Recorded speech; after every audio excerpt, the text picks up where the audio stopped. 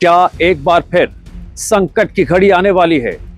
2 दिन की खामोशी के बाद फिर बारूद की वापसी हुई है। मिडिल ईस्ट एक बार फिर क्या जंग की आग में सुलग उठा है? हाहाकार, चित्कार और ताबड़तोड़ घमासान का दौर क्या शुरू हो गया है? कौन इसका जिम्मेदार है? सबसे बड़ा सवाल इस बार किसने पहल की है? अब जरा बात कर लेते हैं प्रतिक्रिया और बयानों की। अमेरिका का दावा है ईरान ने उसके सैन्य ठिकानों पर सरप्राइज बैलिस्टिक मिसाइल अटैक किया था, जिसके बाद होर्मुज की खाड़ी में फिर जंग के बादल मंडराने लगे हैं। लाल सागर की बात करें तो यहां पर हूती विद्रोहियों ने सऊदी के तेल टैंकर को निशाना बनाकर दुनिया की सबसे अहम समुद्री सप्लाई लाइन को साफ तौर से चैलेंज कर दिया है। वॉशिंगटन में क्या हो रहा है?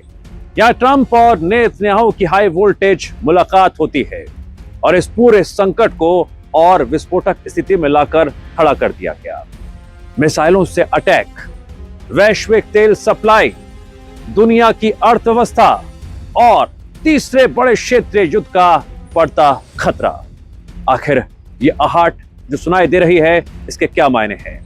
क्या मिडिल ईस्ट अब निर्णायक जंग की दहलीज पर खड़ा नजर आ रहा है? क्या होर्मुज और लाल सागर दुनिया के लिए नया रण क्षेत्र बनने वाले हैं?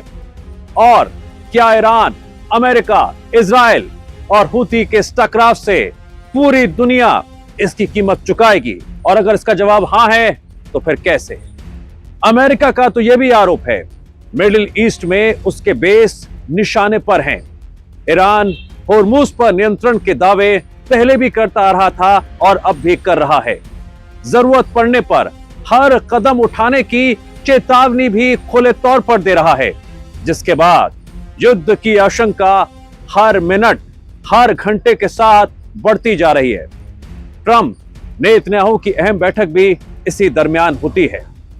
व्हाइट हाउस में 90 मिनट चर्चा होती है, क्षेत्रीय सुरक्षा पर मंथन होता है। इसके बाद नेतन्याहू का बड़ा बयान सामने आता है कि ईरान को परमाणु हथियार नहीं बनाने देंगे। लाल सागर की जानकारी जो सामने आ रही है, उसके तहत हूती की एंट्री ने टेंशन को और बढ़ा दिया है। खाड़ी में तनाव और गहरा हो गया है। कई मोर्चों पर सैन्य गतिविधियां बढ़ती हुई साफ साफ अब नजर आने लगी हैं। अब ऐसे हाल में, स्थितियों में सबसे बड़ा सवाल यह है, क्या फिर भड़केगा युद्ध? मिसाइलों की गूंज के साथ मिडिल ईस्ट में एक बार फिर जंग का सायरन बज चुका है। अमेरिका का तो यह भी दावा है ईरान ने उसके सैन्य ठिकानों पर अचानक बैलिस्टिक मिसाइलों की बौछार कर दी थी, जिसके बाद तनाव बढ़ता चला गया। लेकिन अमेरिकी एयर डिफेंस सिस्टम ने सभी मिसाइलों को इंटरसेप्ट कर रास्ते में ही मार गिराने का दावा भी किया। अब बात करें तेहरान की। तेहरान का रुख पहले से ज्यादा आक्रामक नजर आने लगा है। ईरान ने यह साफ साफ संकेत दिए हैं कि स्ट्रेट ऑफ होर्मुज पर अपना दबदबा बनाए रखने के लिए वो किसी भी हद तक जा सकता है। ऐसे में आगे क्या होगा? क्या संदेश जा रहा है? जरूरत पड़ी तो युद्ध दोबारा शुरू करने का विकल्प भी क्या खुला हुआ है? क्योंकि तनाव अब सिर्फ होर्मुज तक सीमित नहीं रह गया है, लाल सागर में भी नया मोर्चा खुल चुका है। ईरान समर्थित हूती विद्रोहियों ने यह तक दावा कर दिया कि उन्होंने सऊदी अरब के तेल टैंकर को निशाना बनाया है। सऊदी अरब ने इस दावे की पुष्टि तो नहीं की है, लेकिन इतना तो तय नजर आ रहा है और यह कहा भी गया है कि उसकी एयर डिफेंस ने तेल प्रतिष्ठानों की ओर बढ़ रहे कई ड्रोन मार गिराए हैं। सऊदी का यह भी आरोप है कि ये ड्रोन इराक में सक्रिय ईरान समर्थित गुटों ने ही लॉन्च किए थे। मिडिल ईस्ट के मौजूदा हालात पर क्या बयान कर रहे हैं? क्या एक बार फिर जंग का पारा चरम पर पहुंचने वाला है? अमेरिका ने अपना सब्र टूटने का ऐलान भी कर दिया है। लगातार जो बयान सामने आ रहे हैं, और सऊदी अरब के साथ मिलकर इराक की सरजमी पर ऐसी एयर स्ट्राइक भी की गई जिसने ईरान समर्थित मिलिशिया के कई ठिकानों को देखते ही देखते मलबे में तब्दील कर दिया। उधर वॉशिंगटन का यह दावा है कि पिछले 72 घंटों में अमेरिकी ठिकानों पर 30 से ज्यादा ड्रोन हमले किए गए, जिनके पीछे ईरान की IRGC का हाथ था। जवाब उधर से भी सामने आया जब अमेरिकी और सऊदी लड़ाकू विमान इराक के अंदर जा घुसे, हथियारों के जखीरे उड़ा दिए गए और प्रॉक्सी नेटवर्क पर बड़ा अटैक किया गया। अब तेहरान भी तिलमिलाया हुआ है, आक्रामक रुख अपना रहा है, क्योंकि जिस प्रॉक्सी ताकत के दम पर ईरान पूरे खाड़ी क्षेत्र में दबाव बनाता रहा, उसी नेटवर्क पर यह सीधा हमला हुआ है। यही चिंता का विषय है। 72 घंटे बाद शुरू हुई जवाबी कार्रवाई का क्या अंजाम होगा? जो ट्रेलर चंद घंटों पहले आया है वो बेहद खतरनाक दिखाई दे रहा है। अमेरिका और सऊदी अरब ने इराक में ईरान समर्थित मिलिशिया के ठिकानों पर हवाई हमले जो किए हैं। अमेरिकी सेना के मुताबिक इन ठिकानों से जो बात निकलकर सामने आ रही है, अमेरिकी सैनिकों और साथ ही साथ सऊदी अरब के ऊर्जा ठिकानों पर हमले की तैयारी की जा रही थी। यही वो वजह है कि हालात सबसे ज्यादा संवेदनशील दिखाई दे रहे हैं। इराक की PMF का यह भी आरोप है उसके 10 लड़ाके मारे गए हैं, कई घायल भी हुए हैं, संख्या बढ़ सकती है। हमलों के कुछ घंटों बाद ईरान ने जवाबी कार्रवाई में कई बैलिस्टिक मिसाइलें दागी भी थी।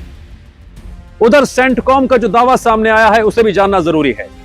ये मिसाइलें जॉर्डन में अमेरिकी सैन्य अड्डे की ओर दागी गई थी, लेकिन सभी को रास्ते में ही इंटरसेप्ट कर लिया गया, यानी खतरे की हाट इस तरफ से भी सुनाई दी। सऊदी अरब ने अपने पूर्वी प्रांत के तेल ठिकानों की ओर बढ़ रहे कई ड्रोन मार गिराने का दावा किया है। अब जरा ईरान की बात करते हैं। ईरान के IRGC ने होर्मुज स्ट्रेट में 3 तेल टैंकर रोकने का दावा कर डाला। यमन के हूती विद्रोहियों ने लाल सागर में एक सऊदी तेल टैंकर पर बैलिस्टिक मिसाइल दागने की बात कही है, यानी चौतरफा टेंशन, चौतरफा सवाल। लड़ाई होर्मुज स्ट्रेट के कंट्रोल को लेकर भी क्या छिड़ी हुई है, लगातार आप भी बयान सुन रहे हैं। ईरान ने ओमान के साथ मिलकर होर्मुज स्ट्रेट को चलाने के प्रस्ताव को खारिज कर दिया है। यह भी अपने आप में संकेत हैं, स्थितियां ऐसी हैं जहां तनाव बढ़ रहा है, कम नहीं हो रहा है। आरोप ये भी लग रहे हैं कि अमेरिका और सऊदी अरब ओमान पर लगातार प्रेशर डाल रहे हैं। क्या यह दबाव काम करेगा जिससे उनके प्रस्ताव को आगे बढ़ाकर और प्रेशर बिल्टअप किया जा सके? दरअसल ओमान ये चाहता है कि होर्मुज का नियंत्रण सिर्फ ईरान के पास ना रहे। यही सबसे बड़ी वजह भी है कि इसके लिए उसने बाकायदा ईरान को प्रस्ताव दिया कि इस अहम समुद्री रास्ते का प्रबंधन क्षेत्र के सभी देशों की साझेदारी से किया जाए। तो क्या इससे समस्या का समाधान निकल पाएगा या समस्या और बढ़ेगी? हालात संवेदनशील होते जा रहे हैं। एक तरफ अमेरिकी सैन्य ठिकानों पर हमले के आरोप लग रहे हैं, दूसरी डायरेक्शन से खबर यह आ रही है कि होर्मुज पर ईरान की चेतावनी, और तीसरी अगर हम बात करें तो लाल सागर में हूती का हमला। इन 3 मोर्चों ने पूरे मिडिल ईस्ट को फिर से बारूद के ढेर पर लाकर खड़ा कर दिया है। 72 घंटे पहले तक शांति और वार्ता की बात सामने आ रही थी, लेकिन पासा क्या पलट चुका है। अब दुनिया की नजर इस बात पर टिकी है, क्या यह टकराव सीमित रहेगा या फिर एक और बड़े क्षेत्रीय युद्ध का कारण बन जाएगा? क्या कूटनीति इस संकट को रोक पाएगी या फिर बारूद की चिंगारी एक और बड़े युद्ध में बदल जाएगी?